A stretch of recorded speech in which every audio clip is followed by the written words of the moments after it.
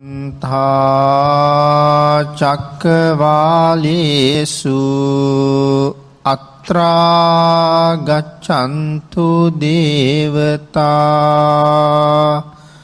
සද්ධම්මං මුනි රාජස්ස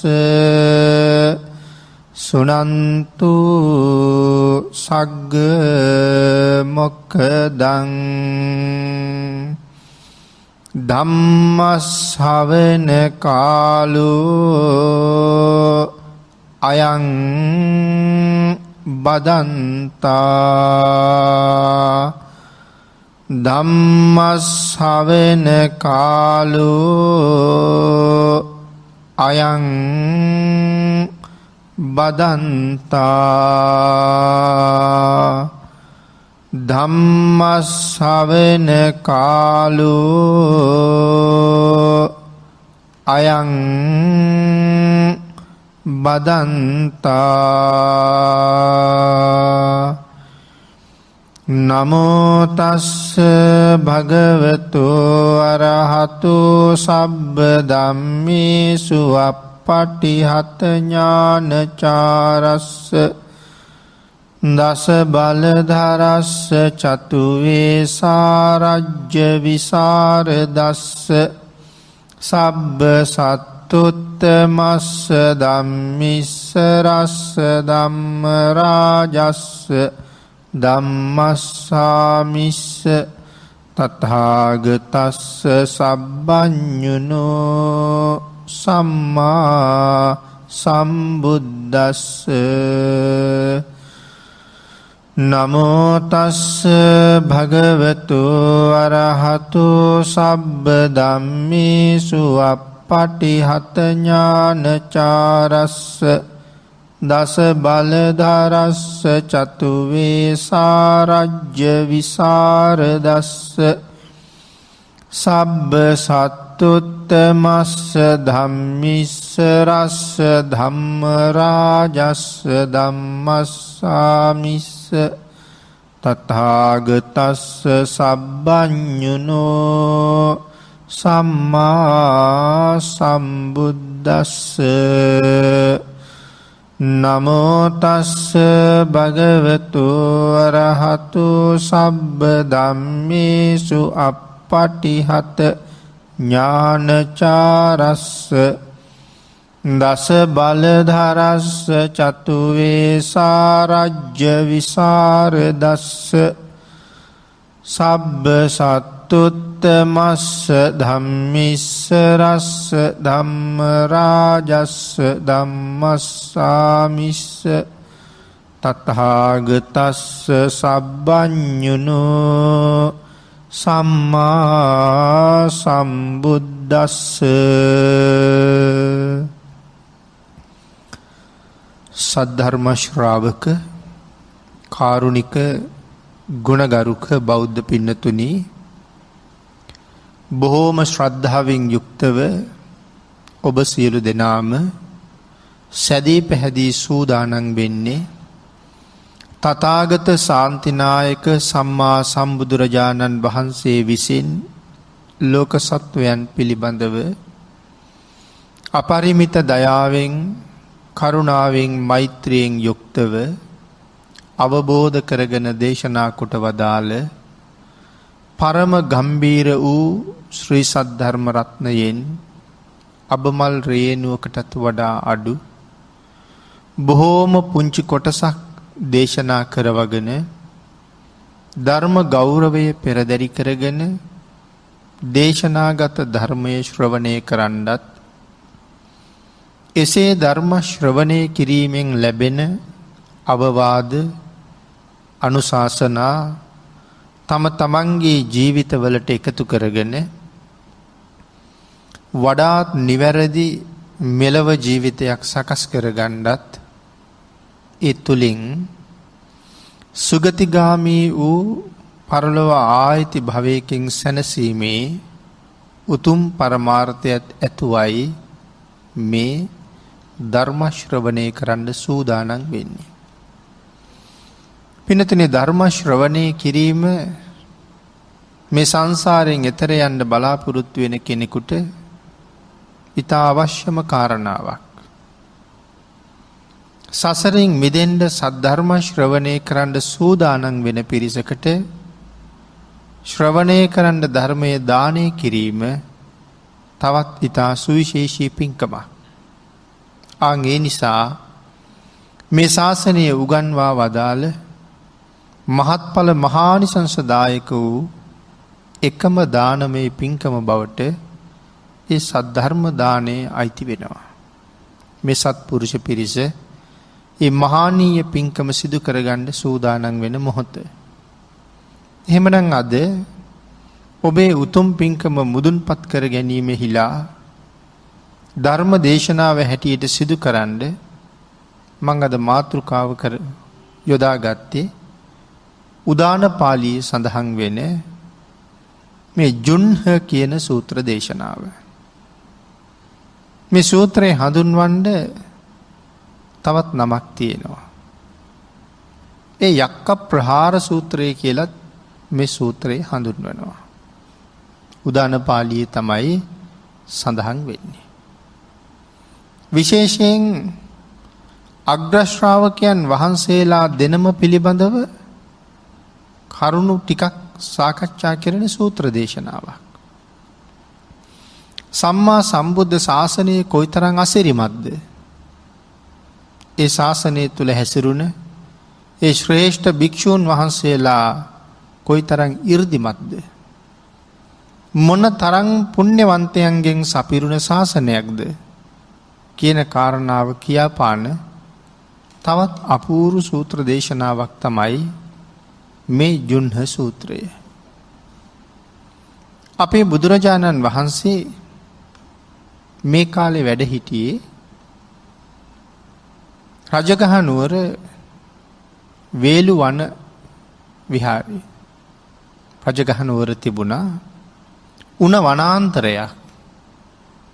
ආන්ගේ උණ වනාන්තරයේ ඇතුලේ බුදුරජාණන් වහන්සේ වෙනුවෙන් පන්සලක් හදලා තිබුණා. වේලු කියලා කියන්නේ උණවලට. එhmenan උණ කැලෑව මැද්දේ හදාපු පන්සල වේලු වනාරාමය කියලා හැඳින්වුවා. භාග්‍යතුන් වහන්සේ වැඩ ඉන්නේ මේ කාලේ එහෙ. සරියුත් මොගලන් දෙනම වහන්සේ වැඩ ඉන්නේ කපෝත කන්දරාවේ. මොකද මේ කපෝත කන්දරා කියලා කියන්නේ? කපෝත කියලා කියන්නේ පරවියන්ට නමක්. කන්දර කියලා කියන්නේ පර්වතයට නමක්. එතකොට කපෝත කන්දර කියලා කියන්නේ පරවියෝ විශාල ප්‍රමාණයක් ජීවත් වුණ කන්ද. ආන්ගේ නිසා හඳුන්වලා තියෙනවා කපෝත කන්දරාව කියලා. එතකොට කපෝත කන්දරාවේ පස්සේ කාලේ හැදුන පන්සලක්. ඒ පන්සල හැඳින්වුවේ කපෝත කන්දර විහාරය කියලා. එතකොට සරියුත් මහරහතන් වහන්සේත් මුගලන් මහරහතන් වහන්සේත් වැඩ ඉන්නේ කපෝත කන්දරාවේ. වේළුවනාරාමේ ඉඳලා කපෝත කන්දරාවට යදුන් ගානක් දුරයි. ජුන්හාය රත්ත්‍යා. ජුන්හාය රත්ත්‍යා කියලා කියන්නේ පුරපක්ෂයේ රාත්‍රියක. පුරපක්ෂයේ සහ අවපක්ෂයේ කියලා මාසේ කොටස් දෙකකට බෙදෙනවනේ. එතකොට මේක පුරපක්ෂයේ රාත්‍රියක්. ඒ කියන්නේ හොඳට හඳ පායලා තියෙන රැයක්. සරියුත් මහරහතන් වහන්සේ හැන්දෑවි හොඳට හිස බාලා පැන් සැනහිලා වැඩ ඉන්න විහාරයෙන් එළියට ඇවිල්ලා එළිය තැනක වාඩි වුණා. වාඩි වෙලා උන්වහන්සේ එක්තරා සමාධියකට සමවැදුණා. දැන් මේ ආකාශ අංගණය කියලා හඳුන්වන්නේ එතකොට. එයි මේ ආකාශ අංගණය කියලා කියන්නේ බැලූ හාත්පසම පේන්නේ අහස. අන් ඒ වගේ තැනකට තමයි ආකාශ අංගණය කියලා කියන්නේ. දැන් එහෙම බොහොම නිදහස් ප්‍රදේශයක තමයි මේ ආරාමයේ තියෙන්නේ. උන්වහන්සේ එළියේ හඳ පායලා තියෙනවා. සමාධියකට සමවැදිලා එළියේ වැඩ ඉන්නවා. මුගලන් මහරහතන් වහන්සේත් ඉන්නවා. හැබැයි උන්වහන්සේ එළියේ ඉන්න කතාවක් සඳහන් කරලා නැහැ. මෙහෙම ඉන්නකොට මේ උතුරු දිහාවේ ඉඳලා දකුණු දිහාවට යන යක්ෂයෝ දෙන්නෙක් හිටියා. ඒ දෙන්නත් අහසින් යන්නේ. උතුරු දිහාවේ තිබිච්ච යක්ෂ සමාගමකට සම්බන්ධ වෙලා තමයි දකුණු දිශාවට මේ දෙන්න යන්න යන්නේ. මේ දෙන්න අහසින් යනකොට සරියුත් මහරහතන් වහන්සේ රන්වන් පාටින් බැබලි බැබලි එළියේ වැඩ ඉන්නවා. හඳ එළියේ වැටිලා අලුතෙන් හිස බාලා හිස හරිය ලස්සනට දිලිසෙනවා හඳ එළියේ. එතකොට මෙතන සඳහන් කළා සරියුත් මහරහතන් වහන්සේගේ පාට මොකක්ද කියලා. හමේ වර්ණය. මොන පාටයි කියලාද දැන් මේ කියන්නේ? රන්වන් පාටයි කියලා. එතකොට මෙතන වැඩ ඉන්නවා මුගලන් මහරහතන් වහන්සේත් ඒ ළඟ. එළියේ නෙමෙයි හැබැයි. සමහරලාට එළියේ හිටියා වෙන්නත් පුළුවන්. නමුත් මෙතන එහෙම සඳහනක් කරන්නේ නැහැ. නමුත් මේ දෙන්න එකට තමයි මෙහෙ වැඩ ඉන්නේ. එතකොට මුගලන් මහරහතන් වහන්සේ මොන පාටද? මේ අපේ ශාසනයේ අති විශේෂම මහරහතන් වහන්සේලා දෙනමක්නේ. සරියුත් මහරහතන් වහන්සේ දක්ෂිණ ශ්‍රාවකයා, මුගලන් මහරහතන් වහන්සේ වමත් ශ්‍රාවකයා. සරියුත් මහරහතන් වහන්සේ නම් රන්වන් පාටයි කිව්වා. මුගලන් මහරහතන් වහන්සේ දම් පාටයි. ඒ වුණාට සාමාන්‍යයෙන් අපි සඳහන් කරන්නේ නිල් පාටයි කියලා. ධර්මයේ තියෙන්නේ එහෙම තමයි. නීලුප්පල වර්ණයි කියලා සඳහන් කරන්නේ. මොනවද මේ නීලුප්පල කියලා කියන්නේ? උත්පල කියලා කියන්නේ මහ නෙල් වලට උපුල් මල් කියලා අපි කියන්නේ. එතකොට මුගලන් මහරහතන් වහන්සේගේ පාට මොන පාටද? නිල් මානෙල් මල් වල පාටයි. එතකොට නිල් මානෙල් මල් වල පාටයි කියලා කියම අද නිල් මානෙල් වර්ග හුඟක් දකින්නවා අපි. එවනට අපි ජාතික පුෂ්පය කියලා කියන්නෙත් නිල් මානෙල් මලටනේ. එතකොට ඒ මොන නිල් මානෙල් මලද? අපි මේ හරියටම නිල් මානෙල් මොනවද කියලා හිතාගන්න බැහැ නේද? අපේ හැබෑම නිල් මානෙල් මල අපේ වැව්වල පිපිච්ච නිල් මානෙල් මලක් තියෙනවා. ඒ මල ගොඩාක් නිල් පාට නෑ. මං හිතන්නේ වැඩිහිටියෝ දැකලා තියෙනවා. ගොඩාක්ම නිල් පාට නැහැ. නමුත් හරි ලස්සනයි. මලේ පෙති නිල් පාටයි නෙමේ දම් පාටයි. හොඳට විමසලා බලන්නකෝ වැවේ පිපෙන මානෙල් මල දිහා. ආන්ගේ වෙන මානෙල් මලක පෙති දම් පාටයි. හැබැයි අපි ඒකට කියන්නේ නිල් පාට. නීලුප්පල වර්ණයි කියලා කියන්නේ සරියුත් මහරහතන් වහන්සේගේ පාට හරියටම වර්ණ ගන්නනෝ නම් දම් පාටට සමාන වර්ණයකින් වර්ණවත් කරන්න ඕනේ. හැබැයි අපි හුඟක් තැන්වල වර්ණවත් කරලා තියෙනවා දැකලා තියෙන්නේ බලන්න ටිකක් අප්‍රසන්න පාටයි. තද නිල් පාට කරලා බැලු බැලමට පේන්නේ කළු පාට වගේ. එතකොට ප්‍රියමනාප නැහැ.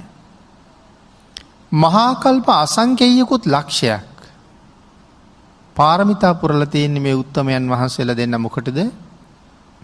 ලෞතුරා බුදුරජාණන් වහන්සේ නමකගේ අග්‍ර ශ්‍රාවකයෝ වෙන්න. කාගින්ද නියත විවරණ අරගන්නේ? අනවමදර්ශී කියන සම්මා සම්බුදුරජාණන් වහන්සේගෙන්. එතන ඉඳලා අග්‍ර ශ්‍රාවක බෝධිය ප්‍රාර්ථනා කරගෙන බොහෝ දීර්ඝ කාලයක් කිව්වේ මහා කල්ප අසංකේයිකුත් ලක්ෂය පාරමිතාම සම්පූර්ණ කළා. මේ පාරමිතාව මුදුන්පත් වෙන අන්තිමාත්ම භාවයේ පාරමිතාවත් මුදුන්පත් වෙනවා. ආයේ මේ සංසාරي කවර කවමදාකවත් උන්වහන්සේලා දකින්න ලැබෙන්නේ නැහැ. එතකොට මේ අන්තිම උපත ලබන මේ මහා පුණ්‍යවන්තයන් වහන්සේ දකින්න කෙනෙකුට අප්‍රසන්න වර්ණයක් සහිතව උපදී කියලා අපේ අය කවදාවත් හිතනවද? දකින්න කෙනාට දැස අහකට ගන්න හිතෙන්නේ නැති තරම් ඊටාම ලස්සන වර්ණයක් උන්වහන්සේට තියෙන්නේ. අපි කියන්න හදන්නේ පෙර භවයක අම්මට තාත්තට පහර දුන්න නිසා කළු පාට වෙලා ඉපදුනා කියලා. නමුත් ඒක අපේ අදහස. ධර්මයේ අදහස එහෙම නෙමෙයි. ධර්මයේ පැහැදිලි කරනවා සංසාරේ අනාදිමත් කාලයක් නිල් මහ නිල් මල් බොහොම ශ්‍රද්ධාවෙන් පූජා කරපු නිසාම උන්වහන්සේට නිල් මහ නිල් මලක වර්ණය ලැබුණ කියලා. එනිසා සඳහන් කරනවා දම් පාටට හුරු වර්ණයකින් යුක්තයි, ඊටාම ප්‍රේමනාපයි, මහා 이르දිවන්තයි. මේ දෙන්න එකතු වෙච්චාම කොයිතරම් ශ්‍රේෂ්ඨද, කොයිතරම් ලස්සනද කියන කාරණාවත් ධර්මයේ තව තැන්වල පැහැදිලි කරනවා. මේ නාග කියන වචනය, නාග කියලා කාට කියනවද? නාගයාටත් නාග කියනවා, ඇතාටත් නාග කියනවා, තවත් නාගයෙක් ඉන්නවා. ඒ තමයි රහතන් වහන්සේ. රහතන් වහන්සේටත් නාග කියලා කියනවා. එතකොට මේ දේශනාව තුළ යම් තැනක ආපහු නාග කියන වචනේ සඳහන් වුණොත් ඒ නාග කියලා දෙන රහතන් වහන්සේට. එතකොට නාග කියලා හඳුන්වන කොටාස 3ක් ගැන සඳහන් කළා. ඇතයි, නාගයයි, රහතන් වහන්සේ. මං කිව්වා සඳහන් කළා මේ මහා ශ්‍රේෂ්ඨයින් වහන්සේලා දෙන්න පිළිබඳව ධර්මයේ තවත් තැන්වල කොහොම විස්තර කරලා තියෙනවද? එක තැනක සඳහන් කරනවා මේ මිනිස්සු මොකටද ආභරණ පළඳින්නේ? දැන් අපේ පින්නතුනුත් ආභරණ පැළඳගෙන ඉන්නවා. අපි නිකම්ම ඇවිල්ලා වාඩි වුණාට වඩා, නිකම්ම ගමනක් යන්න බැස්සට වඩා කනට කරාඹුවක් දාලා, කරට මාලයක් දාලා, අතට වලලු දාලා, ඇයි අපි එහෙම මගට බහින්නේ? සාමාන්‍ය ස්වරූපයට වඩා ලස්සන පෙනුමක් ඉස්මතු කරගන්න අපි ආභරණ පළඳිනවා. එහෙනම් ධර්මයේ සඳහන් කරනවා මේ උත්තමයන් වහන්සේලා දෙදෙනා යම් තැනක වැඩ ඉන්නවා නම් ආන් ඒ වැඩ ඉන්න තැනට උන්වහන්සේලා ආභරණයක් වෙනවා කියලා. ඒ කියන්නේ උන්වහන්සේලා දෙන්න වැඩ ඉන්න තැන අමුතු ලස්සනක් ඇති වෙනවා, ආභරණයක් වෙනවා. ඊළඟට සඳහන් කරනවා එකම රත්තරන් ගුහාවක කේසර සිංහරාජයෝ දෙන්නෙක් ඉන්නවා වගේ හරි ලස්සනයි, ගම්බීරයි කියලා. කේසර සිංහයෝ අපිට ජීවිතේ දකින්න ලැබෙන එකක් නැති වෙයි. කේසර සිංහයා කොයි වගේද? කේසර සිංහයා කොයි වගේද කියන කාරණාව සීහ සූත්‍රයේ පැහැදිලි කරලා තියෙනවා. ඉතින් ඒ තරම් කරුණු දීර්ඝව සාකච්ඡා කරන වෙලාවක් නෙමෙයි. කේසර සිංහයා සුදු පාටයි කියලා සඳහන් කරන්නේ. පිට මැද්දේ ඉරි 3ක් තියෙනවා. ඒ ඉරි රතු පාටයි. කට රතු පාටයි. නහය මුල රතු පාටයි. ඇඟිලි පුඩු රතු පාටයි. ලාක්ෂා වර්ණයි කියලා සඳහන් කරලා තියෙන්නේ. ලෝම වැවිලා තියෙන ඇඟ පුරාම සාමාන්‍ය අපි දකින සිංහයෙකුගේ ලෝම වැවිලා තියෙන්නේ මුහුණේ සහ බෙල්ල ප්‍රදේශයේ විතරයි. නමුත් කේසර සිංහයා සම්පූර්ණයෙන්ම පුළුන් ගොඩක් වගේ ලෝම වලින් වැහිලා ඉන්නේ.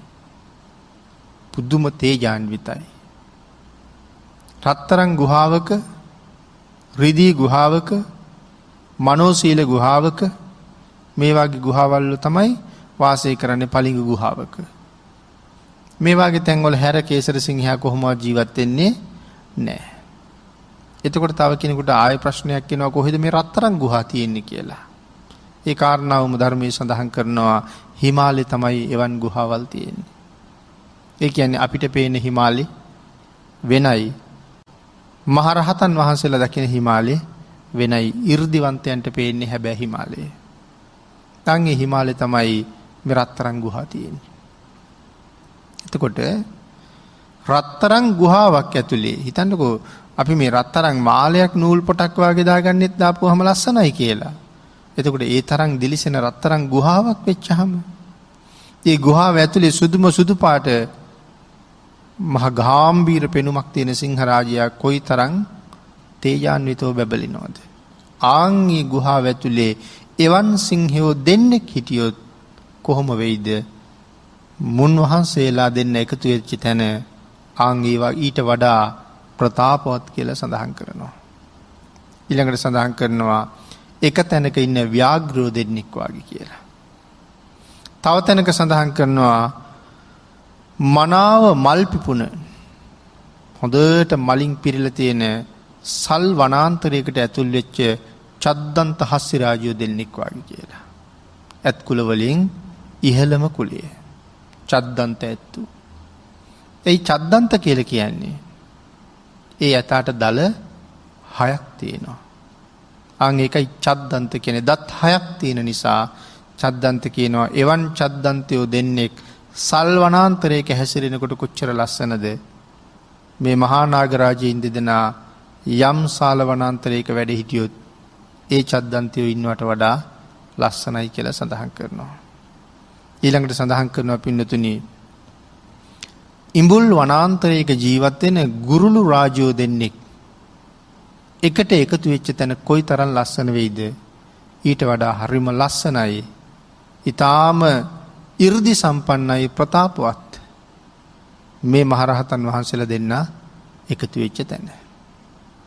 ඉඹුල් වනාන්තරයක ඉන්න ගුරුළු කියලා කියහම සාමාන්‍යයෙන් අපි අහලා තියෙන ගුරුල්ලෙක් කියලා කියන්නේ කුරුල්ලෙකුට. නමුත් අපි තාම ගුරුල්ලෝ දැකලා නැතුව ඇති. නමුත් මෙතන සඳහන් කරන්නේ සාමාන්‍යයෙන් කතා කරන ගුරුලෙක් ගැන නෙමෙයි දිව්‍යමය ගුරුලෙක් ගැන. ඒ ගුරුලෝ කොහෙද ඉන්නේ?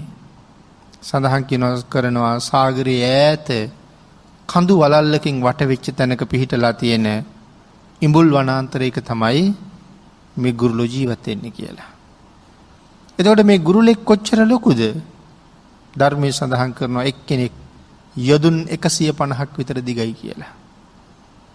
යදුන් 150ක් කියලා කියන්නේ 60ක්ම නම් 2400ක්.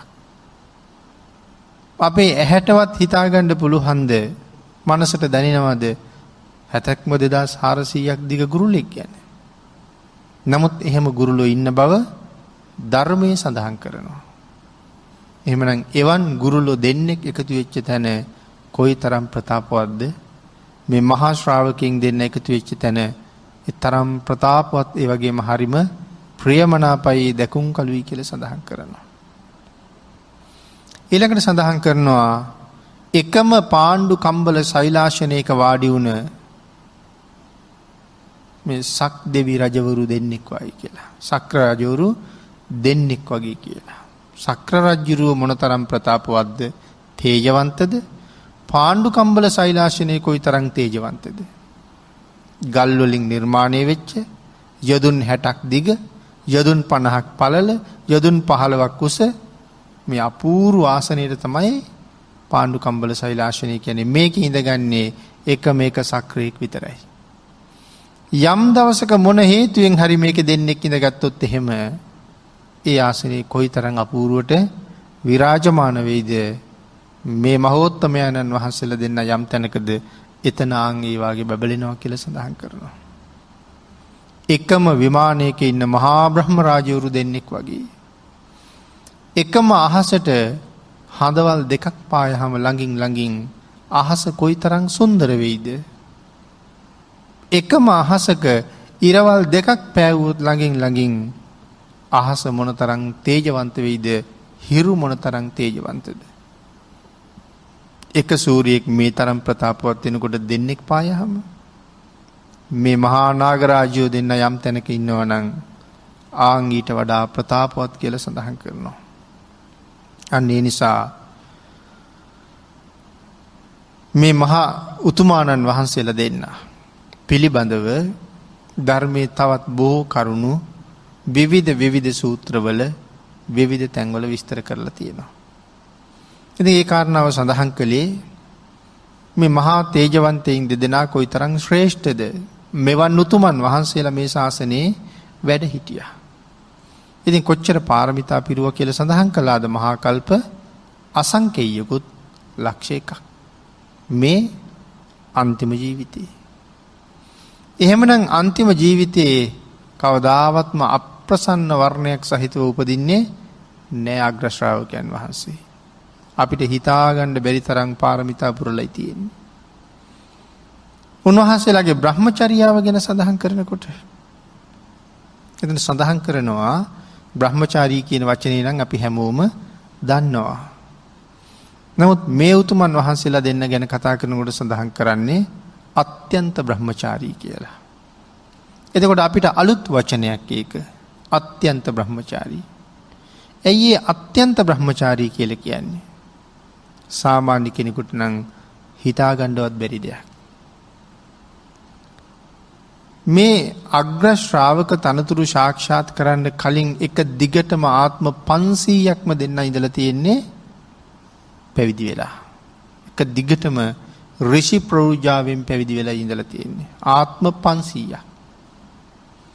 එතකොට අරහත්ත්වය ලැබුවේ නැති නිසා මේ රාගසිත උපදින්නේ නැද්ද? සඳහන් කරනවා මේ ආත්ම 500ම තමන්ගේ අතින්වත් තමන්ගේ අවයවයක් රාගසිතින් නම් ස්පර්ශ කළේ නැහැ කියලා. ආන් ඒක හින්දායි අත්‍යන්ත බ්‍රහ්මචාරී කියන්නේ. ඒ තරම් පුණ්‍යවන්ත ජීවිතයක් ගත කෙරුවා නම් කොහොමද මේ වගේ අප්‍රසන්න වර්ණයක් ඇතුව උපදින්නේ නේද? අන් ඒ හින්දා මුගලන් මහරහතන් වහන්සේත් ඉතාම ලස්සන වර්ණයකින් යුක්තයි. සරියුත් මහරහතන් වහන්සේ රන්වන් පාටින් බැබලෙනවා. දැන් මේ වෙලාවේ අරමුණු කරලා තියෙන්නේ උන්වහන්සේ එළියේ එක්තරා සමාධියකට සමවැදිලා වැඩ ඉන්නකොට අර යක්ෂයෝ දෙන්න යක්ෂ සමාගමේ නිමා වෙලා උතුරු පැත්තේ ඉඳලා දකුණු පැත්තට යනකොට එක යක්ෂයෙක් අනික් යක්ෂයාට කියනවා සරියුත් මහරහතන් වහන්සේ දැකලා. කොයි තරන්නම් පෞකාරද අනික් යක්ෂයාට කියනවා යාළුවේ මට නම් අර ශ්‍රමණයාට ටොක්කක් අයින්ඩම හිතෙනවා කියලා. ඒ බොහෝම ලස්සනට හිස දිලිසෙනවා. අනිත් යක්ෂයා කියනවා හොඳයි හිතුණට කමක් නැහැ හැබැයි ක්‍රියාත්මක වෙන්න එපා කියලා. ඒ යක්ෂයා කියන ඔය ශ්‍රමණයා හරි 이르දිමත්. ඔය ශ්‍රමණයා හරි තේජවන්තයි. ඔය ශ්‍රමණයා හරි බලවන්තයි. ඔය ශ්‍රමණයා හරි සීලවන්තයි. ඒ නිසා ඔබේ අදහස ක්‍රියාත්මක නම් කරන්න එපා කියලා. මේ යක්ෂයා දෙවනි පාරත් කියනවා නෑ නෑ මට නම් හිසට ප්‍රහාරයක් එල්ල කරන්නමයි හිතෙන්නේ. දෙවනි පාරත් අනික් කෙනා උපදෙස් දුන්න එපා. තුන්වෙනි පාරත් කිව්වා තුන්වෙනි පාරත් උපදෙස් දුන්න එපා කියලා. හතරවෙනි පාර අනික් කෙනාගෙන් අහන්නෙම නෑ. ආපු ගමන් ලොකු පහරක් එල්ල කරනවා සරියුත් මහරහතන් වහන්සේගේ හිසට. ඒක බලාගෙන ඉන්නවා මුගලන් මහරහතන් වහන්සේ. උන්වහන්සේට පේනවා දැන් මේ පහර දෙන්නේ යකෙක්නේ. එතකොට යකා පෙනිපෙනී ඇවිල්ලා පහර දෙන්නේ නැහනේ. එතකොට මුගලන් මහරහතන් වහන්සේට කොහොමද මේ යකා පේන්නේ එහෙනම්? උන්වහන්සේගේ 이르දිමය ශක්තියෙන් පේන්නේ. මිනිස් ඇස ඉක්මවාපු ඇහක් තියෙනවා. ඒකට කියනවා දිවැස කියලා. ආන්ගේ දිව්‍යමය ඇහෙන් තමයි දකින්නේ මහා විශාල යක්ෂයෙක් ඇවිල්ලා දැඩි පහරක් උන්වහන්සේගේ හිසට එල්ල කළා කියලා.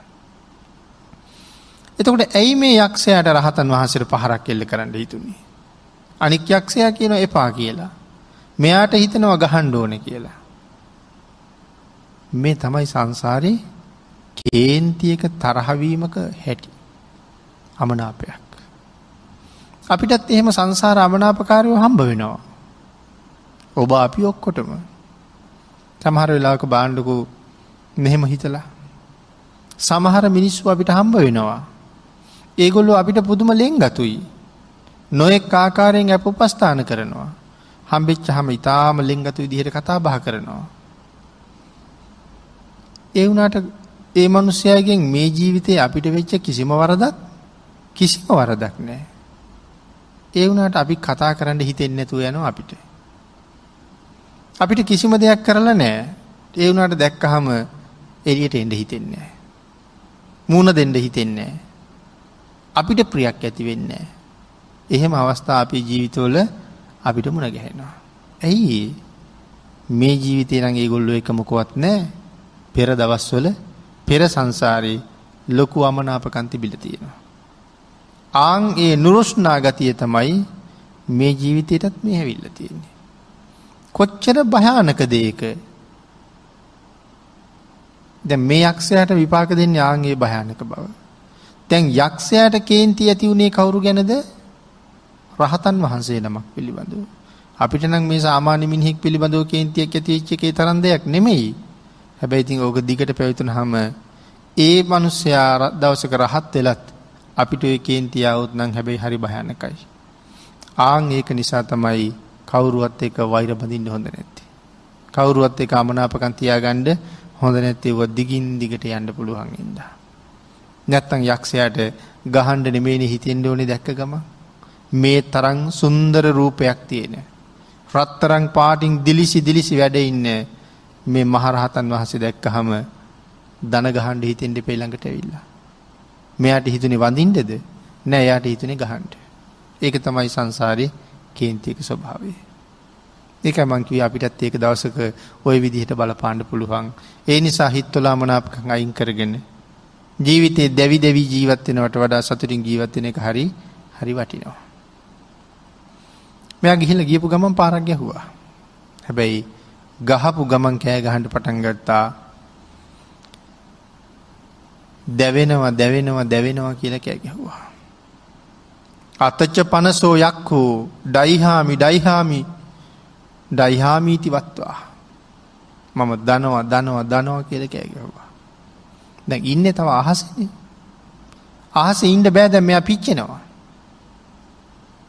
ආන්ගේ දැවෙන හින්දා එයා මහ පොළොවට වැටුණා. ධර්මයේ විස්තර කරනවා මෙයා කොයි තරම් පව්කාරද කියලා. මේ මහ පොළොව කොයි තරම් ඝනකඩයි කියලා ධර්මයේ සඳහන් කරනවාද? මේ මහ පොළොව යොදුන් 2,40,000ක් ඝනකඩයි කියලා සඳහන් කරනවා. ඒ තරම් ඝනත්වයක් මේ මහ පොළොවේ තියෙන. යොදුන් 2,40,000ක් කියලා කියහම 70ක්ම 38 ලක්ෂ ගාණක් මහ පොළොව පුදුම ඝනත්වයක්. එතකොට මේ මහ පොළොව කොයි තරම් බර උස්සගෙන ඉන්නවද?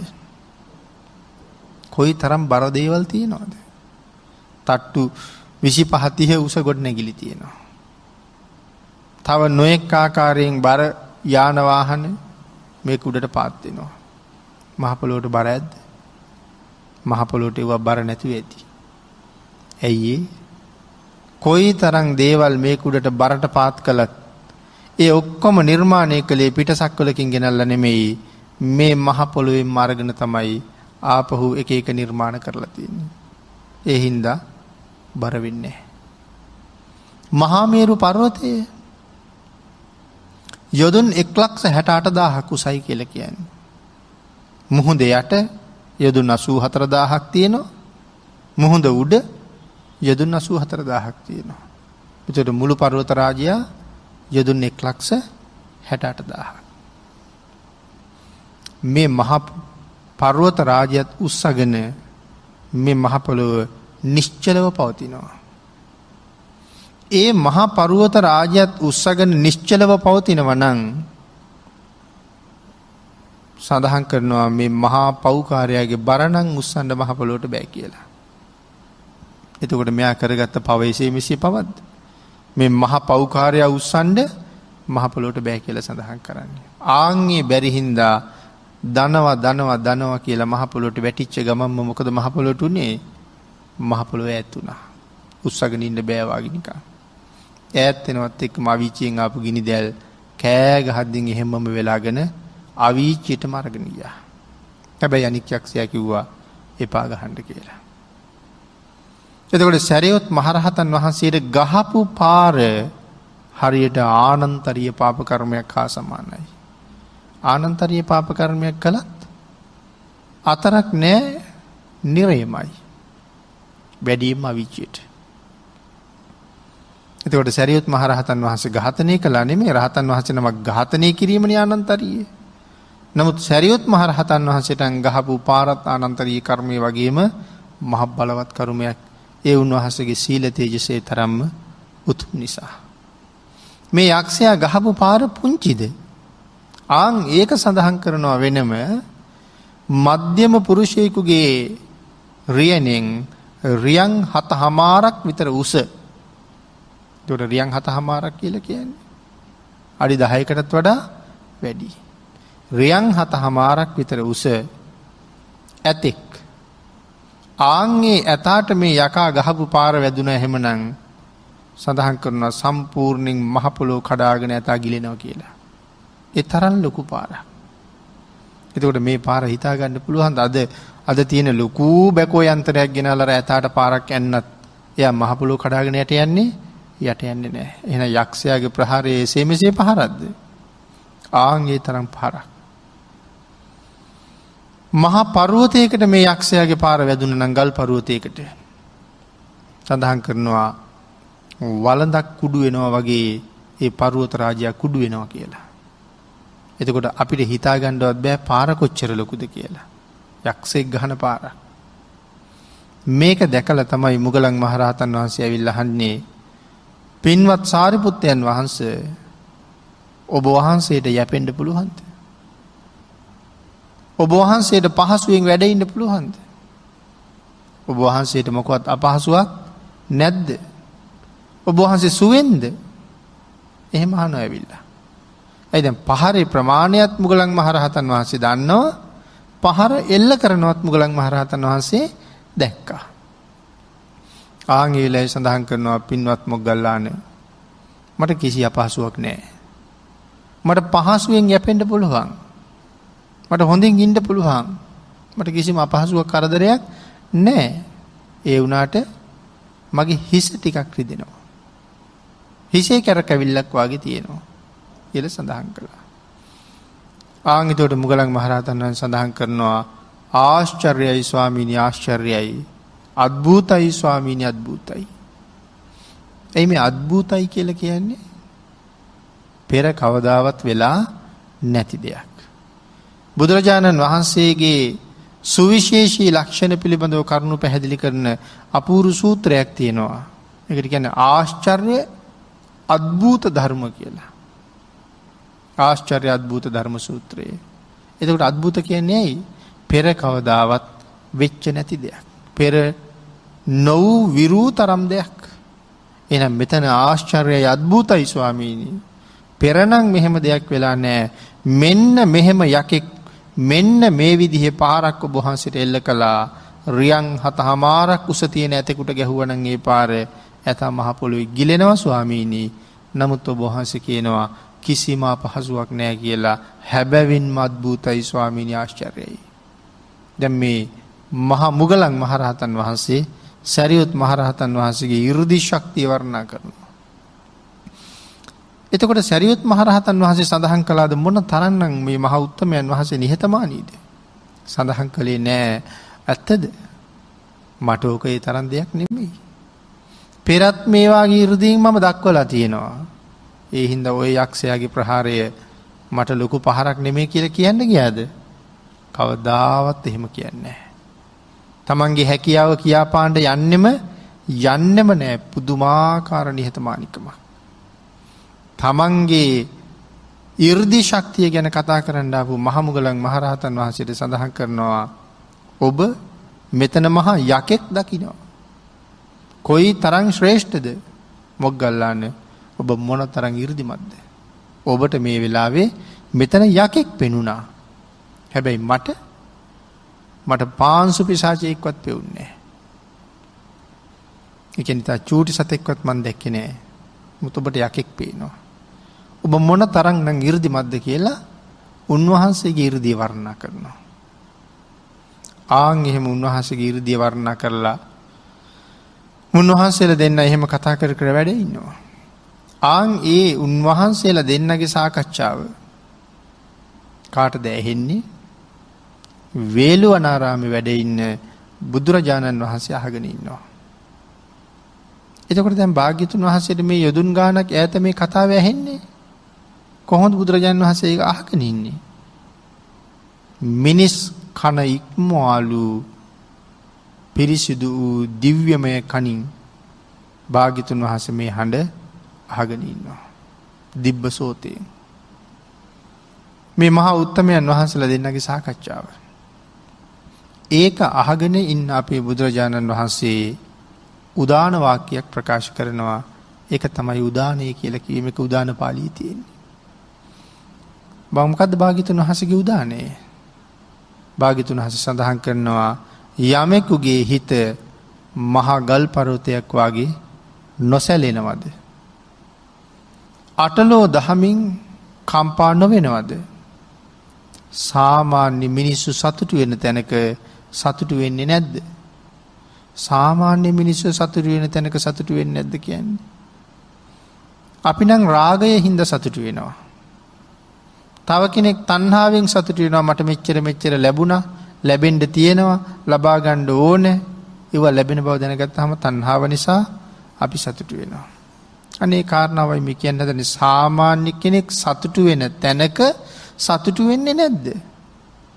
ඒ කියන්නේ පෘථග්ජනයෝ සතුටු වෙන කිසි තැනක ආර්යයන් වහන්සේ සතුටු වෙන්නේ නැහැ. ඒ කියන්නේ අති උතුම් ආර්ය තත්වයට පත් වෙලාද? සාමාන්‍ය මිනිස්සු සතුටු වෙන තැනක සතුටු වෙන්නේ නැද්ද කිව්වේ ඒකයි. ඊළඟට සඳහන් කරනවා කෝප ඉපදීමට හේතු ආඝාත වස්තුවේහි නොකිපේද? ආඝාතය කියලා කියන්නේ කෝපය කියන කාරණාවමයි. මේ කෝප උපදවන්න හේතු වෙන ආඝාත වස්තුවේහි කෝපනවන්නේද? සාමාන්‍ය මිනිස්සු කේන්ති ගන්නවා.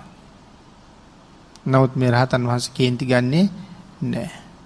බුදුරජාණන් වහන්සේ කේන්තිය පාලනය කරගන්න කරුණු ගණනාවක් දක්වපු සූත්‍රයක් අපිට දේශනා කළා. ආඝාත පටිවිනේ සූත්‍රය කියලා. ඒක බුද්ධ දේශනාවක්. සරියුත් මහරහතන් වහන්සේ පැහැදිලි කරන දේශනාවක්. ආඝාත පටිවිනේ. එහෙනම් කවදාවත් කේන්ති යන්නේ නැද්ද? අමනාපකම් ඇති වෙන්නේ නැද්ද? ඊළඟට සඳහන් කරනවා හිත මනාව වඩන ලදද? මෙහෙම කරන්න පුළුවන් වෙන්නේ මනාව හිත වඩාගත්ත කෙනෙකුට. ආන් එහෙම හිත මනාව යමෙක් වර්ධනය කරගත්තද ඒ අය ළඟට දුක කෙසේ පැමිණෙන්නේද? බුදුරජාණන් වහන්සේ අහනවා එවන් අය ළඟට කොහොමද දුක එන්නේ? එහෙනම් සරියුත් මහරහතන් වහන්සේට යක්ෂයාගේ ප්‍රහාරයෙන් කිසිම දුකක් ආවේ නැහැ. එතකොට මේ සරියුත් මොගලන් දෙනම වහන්සේ පිළිබඳව තමයි මේ කාරණාවෙන් පැහැදිලි කරන්නේ උන්වහන්සේලාගේ අප්‍රතිහත ශක්තිය මහා තේජානුභාවය පිළිබඳව පැහැදිලි කරලා මේ සම්මා සම්බුද්ධ ශාසනය කොයිතරම් ලස්සනද? මොන වාගේ අජානීය පුජ්‍යලයන්ගෙන් මේ ශාසනය බැබළුණාද? හැබැයි ඒ ශාසනය කාගේද? ඒ ශාසනයේ අපිත් උරුමකම් කියනවා. හැබැයි මේක අපේ නෙමේ භාග්‍යතුන් වහන්සේගේමයි. අපි භාග්‍යතුන් වහන්සේගේ ශ්‍රාවකයෝ බවට පත් වෙනවා. හරියටම ශ්‍රාවකයෝ වෙන්නේ අති උතුම් බුද්ධ රත්නයේ සරණ ගිහිල්ලා ශ්‍රේෂ්ඨ වූ නෛර්යානික ධර්ම රත්නයේ සරණ ගිහිල්ලා මෙන්න මේ සාකච්ඡා කරපු මහා නාගරාජවරුන්ගෙන් සපිරුණ මේ ශාසනයේ ඒ ආර්ය මහා සංඝයා හරියටම සරණ ගියපු අයට කියනවා බෞද්ධ කියලා. ආන් ඒ අයට මේ ශාසනයේ උරුමයක් තියෙනවා. මේ ශාසනයෙන් එතර යන්න පුළුවන් වීරය වඩන උත්තමය වෙන නිසා. එහෙමනම් සම්මා සම්බුද්ධ ශාසනය මෙන්න මේ තරම් අති ශ්‍රේෂ්ඨයි. අති උත්තරීතරයි. අපිට හිතාගන්න බැරි තැනක තමයි ශාසනයේ උතුමන් වහන්සේලා වැඩ ඉඳලා තියෙන්නේ. අන්න එවන් වූ තුනුරුවන කෙරේ හිත පහදවාගෙන සතර අපායෙන් මිදිලා සුගතිගාමී ජීවිත ලබාගෙන සසරින් මිදෙන්න අවස්ථාව ලබා ගන්න පුළුවන් හොඳ ශ්‍රේෂ්ඨ මනුෂ්‍ය ජීවිතයක් ලැබිලා තියෙන මොහොතක එයින් ප්‍රයෝජන ගන්න එක අපි සියලු දෙනාගේම පරම යුතුයකමක් වාසනාවක් බවට පත් වෙනවා. ආන්ගේ උතුම් අවස්ථාවෙන් හැබෑම ප්‍රයෝජන අරගෙන මෙවන් ශ්‍රේෂ්ඨ ආර්යයන් වහන්සේලාගේ ශාසනය භජනය කරමින් සතර අපායට පිටුපාලා සුගතිය දිහා බලන්න සුගතිගාමී සැප සම්පත් හොයා ගන්නත් ප්‍රාර්ථනීය නිවන ඊ타ම ඉක්මන් භවයක ඊ타මත්ම කෙටි කාලයකින් සැප සහිත ප්‍රතිපදාවෙන් මුදුන්පත් කර ගැනීම සඳහාත් මේ රැස් කරගත් උතුම් වූ කුසලානිසංසය සද්ධර්ම දානානිසංසය සද්ධර්ම ශ්‍රවණානිසංසය අපි සියලු දෙනාටම පාරමී වේවා කියලා ප්‍රාර්ථනා කරමු.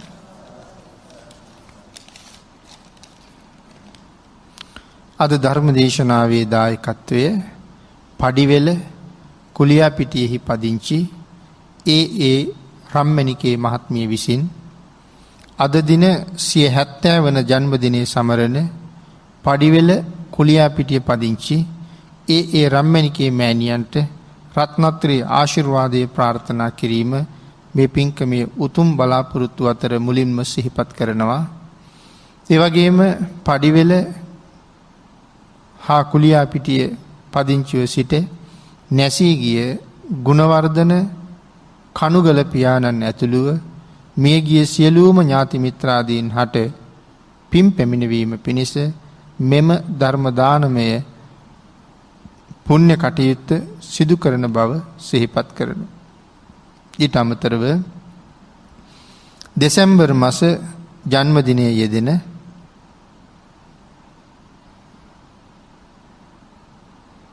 ඒ පුංචි බණ්ඩාර මහත්මයා සහ සුරංගී ගුණසේකර මහත්මිය චනුල් කණුගල පුතණුවන්ටත් සුමින්දී කණුගල දියණියටත් මේ කුසල අනුමෝදන් වේවා.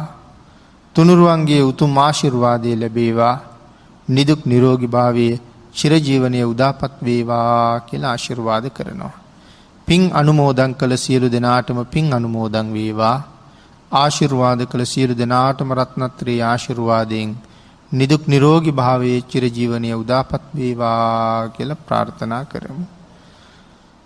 ආකාශට්ඨා ච බුම්මට්ඨා දේවා නාග මහිද්దికා පුඤ්ඤන්තං අනුමෝදිත්වා චිරං රක්칸තු ලෝක සාසනං දේවෝ වස්සතු කාලේන සස්ය සම්පatti හෝතු ච පීතෝ භවතු ලෝකෝ ච රාජා භවතු ධම්මිකෝ.